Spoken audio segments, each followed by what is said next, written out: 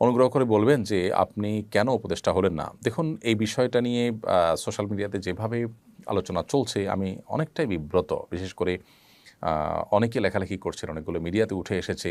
বিষয়টাকে অনেকে যেভাবে চিত্রায়িত করছেন আসলে এরকম না। আমি একটু খোলাসা করি। আ আমাকে শিক্ষার্থীদের তরফ থেকে একজন ফোন দিয়ে বললেন যে, "অনেকে আপনাকে উপদেষ্টা করার ব্যাপারে মতামত দিচ্ছেন। আপনি কি বলছেন?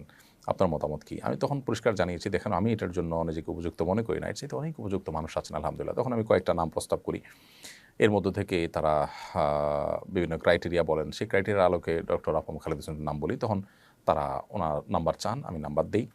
এবং পরবর্তীতে উনার ব্যাপারে দেশের বড়, বড় ইসলামিক দলগুলো, বড়, বড় নেতৃবৃন্দের সাথে আলাপ হয়েছে তাদের। তাদের সবার পক্ষ থেকে পজিটিভ রিপ্লাই পেয়েছে।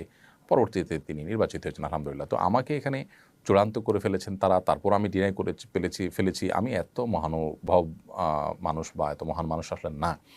পদের বা দুনিয়ার মোহ অন্য ১০ জনের মতো আমার মধ্যেও আছে। আমাকে যেভাবে আপনারা অনেকে মহান করে দেখাচ্ছেন এটা আপনাদের মহানুভবতা বা আপনাদের সুধারণা ছাড়া কিছুই নয়।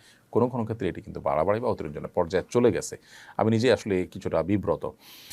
বিষয়টি আসলে জানাজানিই হতো না। কিন্তু আলেমদের একটা ফোরামে এটা নিয়ে পরামর্শ হয়েছে। সেখান থেকে আসলে কেউ সোশ্যাল মিডিয়াতে লিখেছেন, সেখানে থাকা আলেমদের কেউ।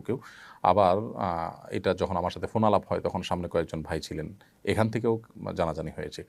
তো বিষয়টা এরকম না যে আমাকে একেবারে পদ দিয়ে দেওয়া হয়েছে। আমি ইচ্ছাকৃত এটাকে ডিনাই করে দিয়েছি চূড়ান্ত হওয়ার পর। ব্যাপারটা এরকম না। আমাকে বলেছে তারা, আমি অপারগতা প্রকাশ করেছি, আরেকজনের কথা বলেছি, এই। তো আমাকে যেরকম বলেছে এরকম আর হয়তো অনেক আলেমকে তারা বলেছেন। তারাও হয়তো একই কথা বলেছেন। বিধায় এখানে আমাকে আসলে মহান বানানোটা একটু বেশি হয়ে যাচ্ছে। আল্লাহ তাআলা আমাদেরকে হেফাজত করুন।